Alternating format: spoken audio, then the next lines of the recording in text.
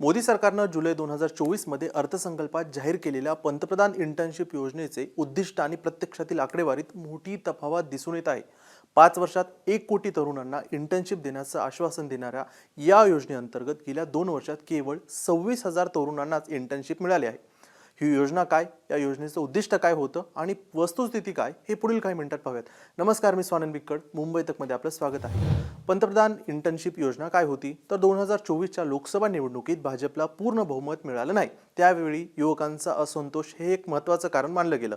याच पार्श्वभूमीवरती अर्थमंत्री निर्मला सीतारामन यांनी जुलै 2024च्या अर्थसंकल्पात युवकांसाठी पॅकेजची घोषणा केली। त्यातीलच एक मोठी घोषणा होती म्हणजे पंतप्रधान इंटर्नशिप योजना।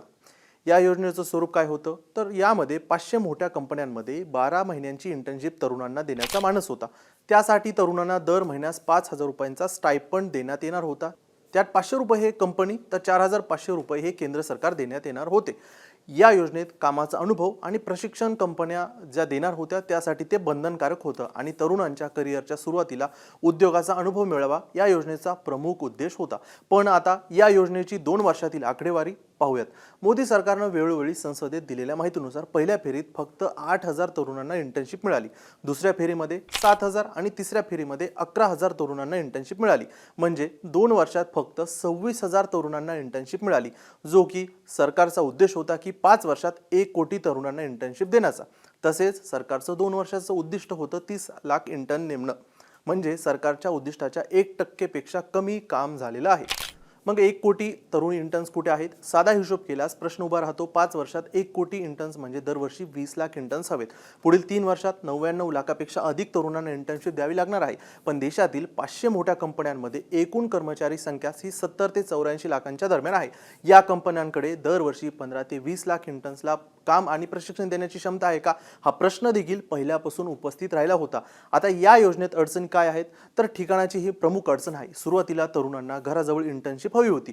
मोठ्या कंपन्यांची कार्यालय मेट्रो शहरामध्ये असल्यानं ही मोठी अडचण ठरली। तसेच तरुणांना प्रतिसाद देखील त्यामुळे या योजनेला कमी मिळाला। अपेक्षेपेक्षा खूप कमी अर्ज आल्यामुळे तरुणांची निवड देखील कमी झाली।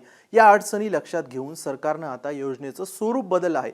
आता लहान कंपन्यांमध्ये देखील यामध्ये त्यांचा समाविष्ट करण्यात आलेला आहे। त्यासाठी स्टायपंड देखील 5,000 हून 9,000 रुपये करण्यात आलेला आहे। पण आता सरकारी योजना कागदावरती चांगल्या दिसतात, पण त्या प्रत्यक्षात राबवताना अनेक अडचणी समोर येतात। बेरोजगारीचा प्रश्न अगदी जशास तसा आहे। 1 कोटीचं उद्दिष्ट गाठण्यासाठी पुढील 3 वर्षात योजना 400 पटीनं वाढवावी लागणार आहे, जे सध्या खूप तरी कठीण दिसतंय। थोडक्यात निवडणुकीपूर्वी जाहीर केलेली ही मोठी योजना जमिनीवर उतरवण्यात सरकारला मोठ्या आव्हानांना सामोरं जावं लागत आहे। या योजनेवरती तुमची मतं काय, आम्हाला कमेंटमध्ये सांगा। बाकी सर्व अपडेटसाठी तुम्ही पाहत राहा मुंबई तक।